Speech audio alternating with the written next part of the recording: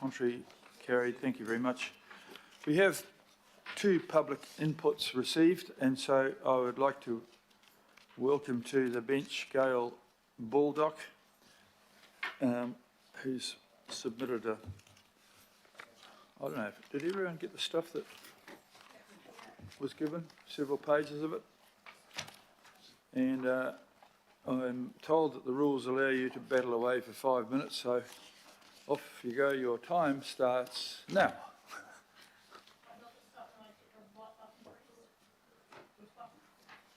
Oh, well, hang on, we'll go back to the start. Got it now. Time starts now. Now, okay, I've got you now. Okay. Go. Hi. Oh, it sounds very loud. I'd like to welcome all of the new councillors and those that came back in again, and yeah, thank you for letting me speak today. So we've just been through an election. There's been a low turnout as usual, and you might ask why. Why don't the public engage? What happens in local government affects people on a day-to-day basis far more than what happens in central government, so why don't people engage? It's basically the mud on the doorstep. So how do we get people to engage more? And the reason, I'm having trouble there with my words. People engage more if they actually know what's going on. So we need to be more transparent in that. This system, which doesn't seem to be working at the moment, of filming, but whatever, has meant that more people are actually hearing what goes on in council because they can go back and they can look at the videos that come from it or the live feed at the time. We were very entertained by one of your last meetings and chose it over Netflix. So the council is one of the largest organisations in Australasia. That really gives you a chance to get really good value for money, but you're not doing that. You have preferred contractors instead of having an open way of selecting who gets to do the work for you. And the late great Penny Bright would say that it has been discovered worldwide that you can have 1/3 of your savings of the money that you spend if you are open and transparent and go through a tendering process. You know, Wayne, you're a civil engineer. My background is architecture, 30 years working for all the big boys around town, and used to a tendering process. You don't necessarily need to choose the lowest tender, but you do need to give people an opportunity to put forward what their experience is. And, you know, if you look at all the humps and bumps that are all over town, you can see that some are built well and some are built really badly. So you're also not following through on what these preferred contractors do. So I'm trying not to read because I'm dyslexic, so I always get it wrong when I read out loud, so I use my notes, and I hope you've all read them. So we need to get the public to take interest in what's going on. During COVID, the local board meetings had to be videoed to allow for engagement from elsewhere. And those videos take a long time to actually get up on the Facebook page of that particular board, and there's no link to those included in the minutes, and there's that ability to go back to the minutes and add those links in, and that would be a really big help in the first place, that if you went to the minutes and you could easily, the top, the bottom, whatever, in a great location, find the link to the video so you could see what went on. Tuesday's meeting at the Waitemata Local Board was particularly entertaining when the ministry threatened to use taxpayer money to put litigation against ratepayers if the board didn't extend their landowner use of the park for Erebus. So there's exciting stuff that goes on that, as I said, better than Netflix. So we need to be far more transparent in what we do. And that means that all local boards should open their workshops as 4 local boards have done so far. I'm really surprised that the Waitemata Local Board hasn't included themselves in that. You know, as the civic centre of Auckland, they should be the leaders, not the followers. So the process that happens at the moment is fake and flawed engagement rather than authentic engagement, and Auckland Transport's one of the worst of this.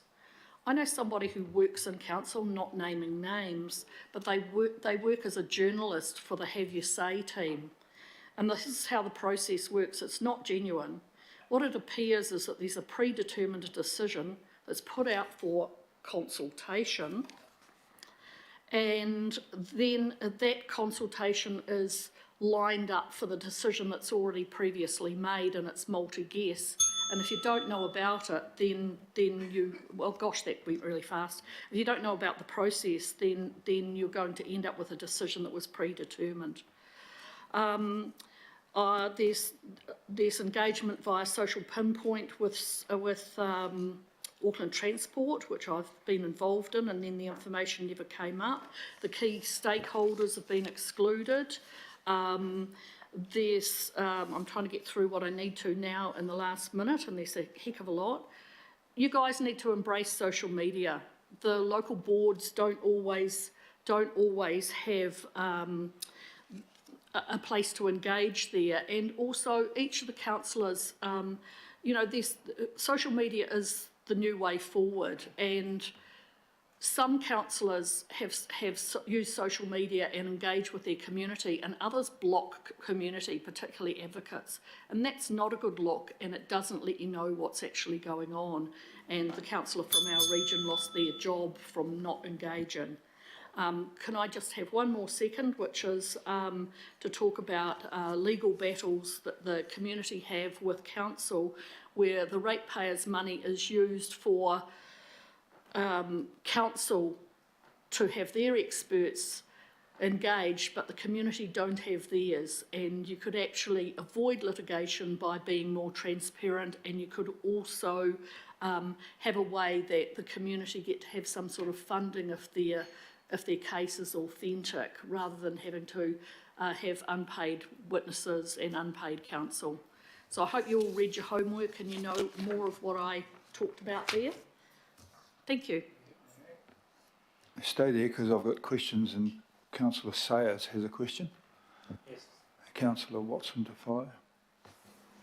Yes, thank you through the Mayor, and thank you, Gail, for coming along. That 5 minutes goes very quickly, isn't it? When you're in the seat, you're trying to cover a lot with us, but I do appreciate the intent and the messaging that you're getting across there in terms of why such low engagement in the election turnouts. And you're touching on some points, and there's some of my questions around this, Mr. Mayor, about, you're trying to feedback to us why you believe that is. And and one of them that I'd like to pick up around my question is the preferred contractor scenario that you brought up, and the need for more tendering. My question, I just couldn't quite understand in terms of what model you're proposing there. Just wondering if you could explain, because we've got the preferred contractors, they're there because it's seen as better value for money regionally if we have one firm doing it. They often subcontract, right, and then they could even subcontract again. So, and I understand that those contracts are actually available on the internet. You could actually look up those subcontractors. So are you saying that every contract should be tendered, or those subcontracts should then go out for tender? Is there a dollar value? I'm just trying to understand, Gail, how that might work more practically as your suggestion going forward compared to the current model. I haven't quite understood that. Okay, so I'll give you an example. Ventia, an Australian company, get to look after our parks, and when it comes to Western Springs Lakeside Park, there's a Japanese garden, and that Japanese garden has 15 subcontractors so Ventia get to clip the ticket, and then they get to put it out to all of these people, and the water's still all dirty and green, and it's not working at all, and so community have taken it over. So Ventia are getting paid for that, and all these subcontractors, and then community are doing it for nothing. So, in each of your areas, there's an opportunity to look at what those contracts are and what's going on. There was another example, trying to remember whose area it was in, somewhere up north, where they planted plants, and then for a native forest, and then they realised that they wanted to get a view from the kiosk down and some exorbitant fee of mowing them all over, all of these plants, and then finding out afterwards that they'd actually planted lower ones to let the view happen anyway. So a whole pile of money was spent and then it was destroyed. And as far as having preferred contractors for little things and projects, and knowing that if a tree's felled, that you've got somebody that you can call in immediately, that can work. But when you've got larger projects, putting those out to tender is the way to actually ensure that you've got people competing with each other for this work that is huge, because you're such a huge organisation. Thank you, Gail. Just, if I may, Wayne, just a supplementary, because it goes to the committees that you've set up, and you've got a committee there that I'm the chair of. My understanding, probably within the scope of that committee, is perhaps look at the type of issues that's been raised today through Gail that comes within scope of that committee to kind of look at. Fair enough. Okay. Councillor Watson. Yeah, thanks, Mr. Mayor, and thank you, Gail, for your presentation on transparency, and certainly in respect of participation in election. What we find in our area anyway is the areas that have a higher coverage of council matters, like in Councillor Sayers Ward through their local magazine, and also in the Hibiscus Coast, inevitably have a higher voter turnout. So the people that know more about council business is reflected in the turnout in the local elections. My quick question to you about transparency, though, is, so that's coverage of council matters is one thing. In terms of transparency into council matters, what would you like to see happen in this term of council then, in respect of a kind of a principle or an approach or response to this poor voting turnout, and to the concerns of various communities, not least of which your own, where you feel that transparency is not only lacking, but it's actually affecting people's view of council and participation in council? I think that the areas where the councillors use social media, I mean, you, John and Desley are two really good examples of engaging with your community on social media. And really bad examples, as I said, are those that have blocked people, particularly community advocates. I mean, I know of a community advocate who was blocked for asking that councillor if she lived in the ward. Well, that should be a question that you can answer. When it comes to social media, you do get trolls and you do get some negativity. But when you've got the pages that go along with each of the boards, and that they don't actually allow comments on them, and that when you make comments and you actually ask a really important question to the admin, and the admin don't respond, and the local board members don't engage in that either. So, we've got a whole variety of social media, and there needs to be training, I believe, of all the councillors in how you can engage. And you can either have your private page where you put the information up if you feel strong enough to do that, or you can have a page that's separate. I mean, I know you have both pages, and some councillors have one or the other, but you really should be available wherever you're discussing your political views to whatever the community has to say. And you just need to get a thicker skin. I mean, I deal with this on a daily basis, and there are trolls that come and say pretty nasty stuff to me, but very rarely do I block anyone, but I certainly wouldn't block important people in the community.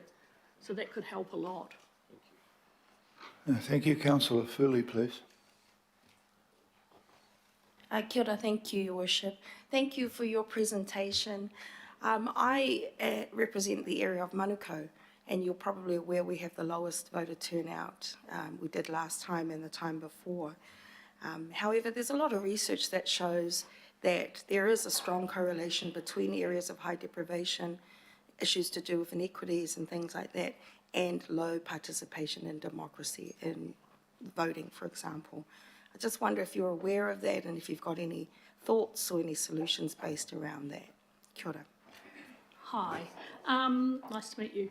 So, yes, obviously the lower socio-economic groups, the people are pretty busy with their lives, and they don't even necessarily get how much what happens at council affects their lives. And, that's the responsibility, in my opinion, of the councillors and the local board members in that committee to engage further with their community. I mean, I know Councillor Sayers has a meeting time for people to come in with their individual issues. One of the things that you have got in South Auckland is you've got large communities that go to their local churches, and so there's a chance of engaging there. Although the other disadvantage with that I've heard, and again, this is just what I've heard, is that sometimes voting papers are taken over by members of churches or larger organisations and vote on the behalf of the people, but don't really get them to understand what it is that they're voting for, and they feel an alliance to someone because of their ethnicity rather than finding out what that person is really about and how they're going to represent them. Does that answer the question? Yes, it makes your position very clear. Thank you. Yeah, I just want to say I actually run some social media pages, and one of them is on state housing, so I'm very aware of the lower socioeconomic groups, and many of the people that are on the street know who I am and know what I stand for, which is a welfare state where everybody fares well. So that's really important. Thank you for that. Councillor Baker. Thanks, Your Worship, and thanks, Gail. And look, I think my question is more for our organisation and for us as a governing body, but I'd be interested in what your thoughts are on it, and I acknowledge how much time you obviously put into your homework for us. But having been, and I noticed how long or how hard the struggle was for you to get your message across in 5 minutes, and having been a local board chair and had to sit there and try to get our local board comments over in 5 minutes, I wonder whether there's an opportunity and a willingness of this organisation to look at how long we give the public to come and speak, and maybe it's more of an issue for us as to the efficiency of how we go about our business here, instead of and actually allowing and playing into what you're talking about, and having the public take an interest is giving them a more meaningful opportunity to come in 5 minutes, and I include local boards in that. That would require a change of our standing orders. And, and I'm certainly one who would prefer to see that we gave our public more opportunity to come engage meaningfully, and we actually look at how we undertake our business here if we need to cut back on time. But your thoughts on that, Gail, having just struggled now to get, a large piece of work across in 5 minutes? I've been engaging with the Waitemata local board for the last 4 or 5 years. I've done a number of deputations and public forums, and we got the standing orders changed there for public input in public forum from 3 minutes to 5 minutes, which certainly helps.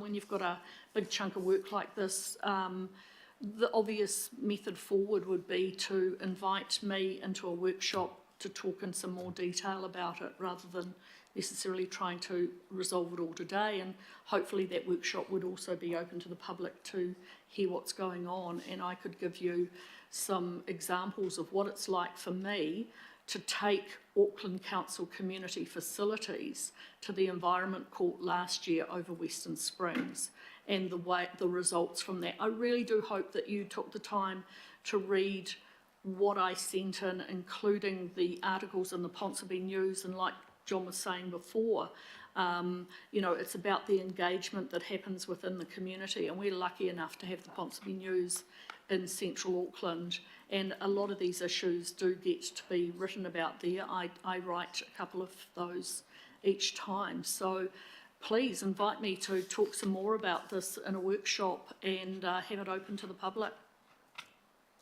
Thank you, Andy, for your question. Okay, thanks very much, Gail. I'll just slightly sum up. You've covered an awful lot of stuff in the written stuff, and I'd like to hope that everybody's read it. In fact, having read it, I found my name in there, but that was from well before I was a candidate. It was just It was when you were as a person offering some costing to you. I'd like to hope that Councillor Lee might pick, and Councillor Baker might look into the Meola Road one as an example of sometimes members of the community come up with quite good ideas, and we shouldn't just judge them because they are members of the community.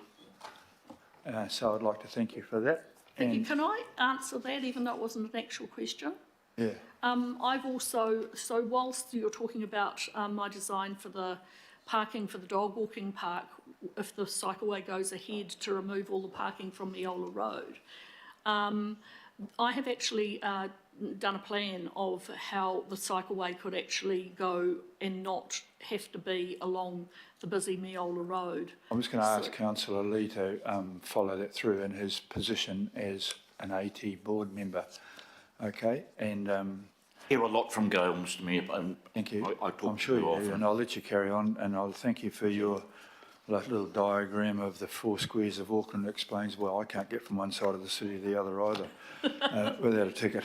Thank you very much, and Thank you. I'm happy to move a vote of thanks. do we accept that? Thank you. Seconded by Councillor Watts. All those in favour, please say aye. Thank you, everyone. No. Thank you. I would like to invite a member of the public, Lisa Prager, to the desk to address us on something, details of request. Good morning. Thank you, Your Worship. Good morning. It's a pleasure to be here. I don't think I've been able to say that for nearly, 9 years. It's a pleasure because I feel suddenly there are adults in the room and that there is a sense of public responsibility to the ratepayers and that there is a leadership that will help take us forward. I can say that at the governing body level, but I cannot say that at the Waitemata Local Board level. I don't know if any of you know this, but during the election, CNR received 4 votes and City Vision received 3. That was a mandate for change. We have suffered in the Waitemata Local Board area with a board that would not listen to the public, who chose to fell over 180 mature trees in the Western Springs Forest, not using the VISA report or under the resource consent they were given, but just to clear fell the entire native bush arising underneath. It cost ratepayers over $2 million. We hoped that when there was an election and we elected 4 CNR people, that we would have the change we required, that we would be listened to. But you know what's happened? Completely the opposite. One member of CNR, Genevieve Sage, behind closed doors, has manipulated and managed to, I suppose, manipulate our democracy, placing herself in the very centre of that board. At the same time, she has been elected as chair, giving her 2 votes. That is, when the decisions are split between 3 CNR and 3 City Vision, Jen has the casting vote, both as herself or as the chair. Now, this means that we do not have democracy in the Waitemata Local Board area. We have a totally different situation. Now, I don't know about you, but when I look at billboards and there's an individual who's branded themselves under one area or category which curtails to provide certain services or support the community a certain way, and then immediately there's an election, changes, I find that treacherous. I find that against the democratic principles. And I'm here today to ask which committee here at the governing body level is responsible for overseeing our local boards. Not only has she become the chair, but you'll notice that she has given all of the leads to City Vision, putting the CNR people in a minority. Now that would be really like, I don't know what you'd call that, manipulation, abuse of power.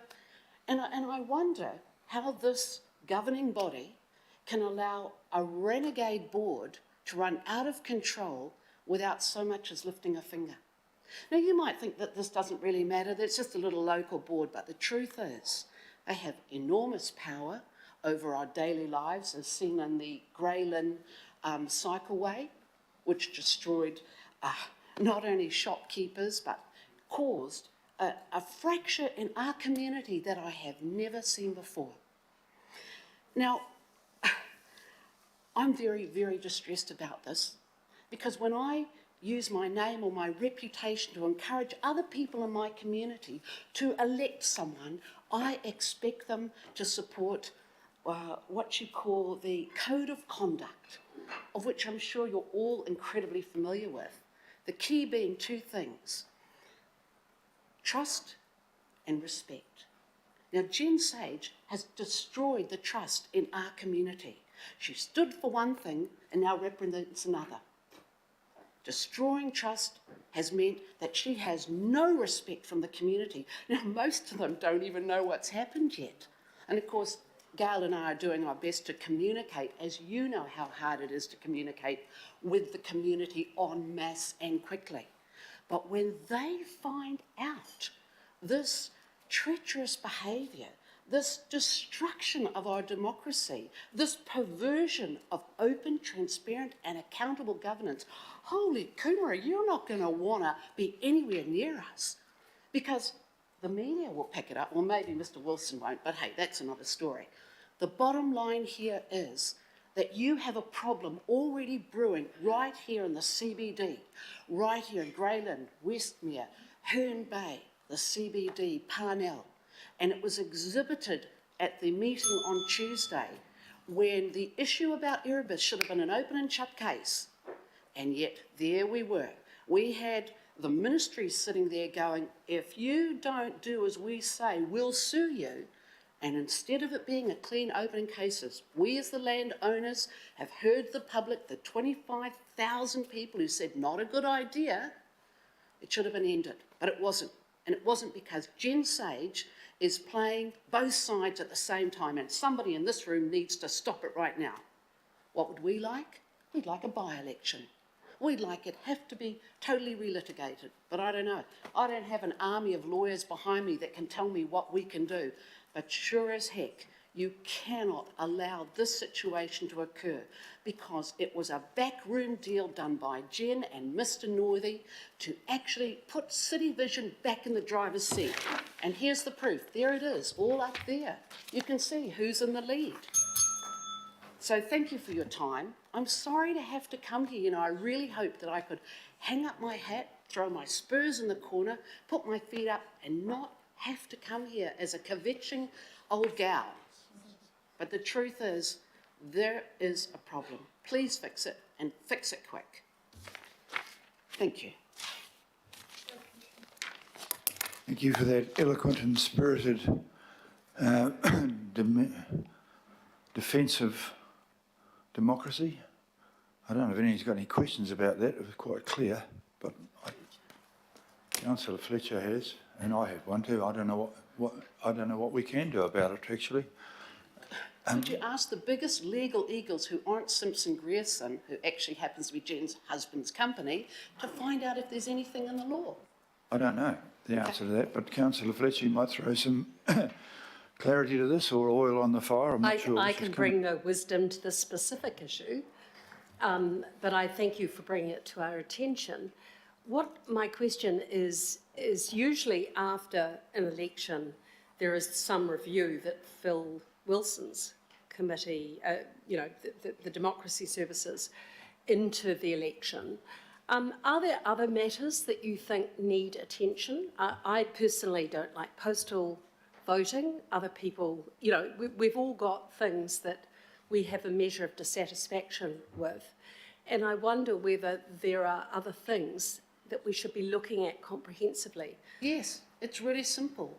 Authentic and honest behaviour by elected members, which is not what Jen is exhibiting. You cannot be elected by one thing and do another. The best thing that this particular governing body has done has come out on behalf of the public, who've said, we can't handle Auckland Transport anymore. We can't handle the port issue anymore. And you are taking obvious steps that the public can see to deal with it. This is what will bring the public here, or at least get them to the elections, because it's not what's been happening for 12 years, which is a whole sleight of hand, a wasting of ratepayers' money, spending thousands on vanity projects. Stopping that will bring the public. Open and honest consultation, not fake and flawed like Auckland Transport is engaged in. Get rid of the fake, get rid of the flawed. Be open, be transparent, show good governance, and they will come. I take it, Your Worship, that Mr Stabick will inform us at some point, as normally happens after an election, that there will be a review and there will be information that will come to us. Well, could we also ask for some legal minds that aren't biased within this organisation to maintain this organisation, come to look at what has happened? Why not even look at the emails of how this came to pass between Northey and Jen? I mean, you know, it's not a big tricky case, this, but the power that now resides in the Waitemata Board, and you know this, Desley, better than anyone, needs to be dealt with, because otherwise it's going to blow out of proportion. And forget your good work, all the media is going to cover is the argy-bargy between Lisa and Jen and Gail and Jen and everything else. So if you don't want to dominate, deal with it internally. Thank you for your time. Hang on, you haven't got off. I still have a question yet from Councillor Dalton. And there may be more. Hey, thank you. I support what you're saying about people standing honestly and for what they believe in is right for their community. You're specifically talking about one particular board and one or two particular people, but I wonder how broad this is within the environment in which we are. How many other people stood under one ticket, endorsed by a ticket, and actually weren't? And then they got elected, and they're actually somebody else. So, I mean, it goes to the principle of what you're talking about. And I don't know that there's anything, and we will find out, but I think that's politics. It's not right, and there's a lot about politics that isn't right. My question for you was, are you aware of other people, councillors or local board members, that might have stood and been endorsed under a ticket and then actually to get elected, but then fell back to their core beliefs? It's an interesting question, and I wish the late, great Penny Bright was here, because she could tell you chapter and verse how and when this came to pass. I know that it happened in Watercare many years ago, when Watercare said one thing and did another. I think you can stop this. I think you can pass a motion that says any elected member who lies or misleads the public at the time of election can and will be dismissed. You know, it's there in the Local Government Act. I found it, but it's, you know, a couple of lines at the bottom stuck underneath. It is there, and it says basically you have to behave in a genuine manner, and you have to, well, actually, I'll send it to you because it's there. But because I'm not a legal lawyer, I can't strip it out, hold it up and go, there you go.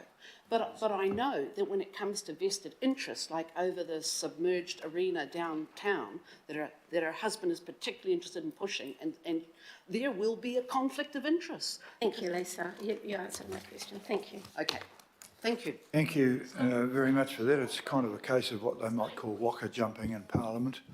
There is legislation in Parliament about that, but I'm not aware of any in local government. So whilst you've raised a concern, and I was one of the people who voted for one side and got something different in that area, it's concerning. I'm not quite sure if anything that we can do about it. We will ask Phil Wilson to comment on that at some stage over the next week as our governance advisor. Thank you very much. I'd like to put a motion that we receive your report, and thank you for presenting it, and it'll be seconded by Councillor Fletcher. All those in favour, please say aye. Aye. Contrary, thank you very much for your efforts.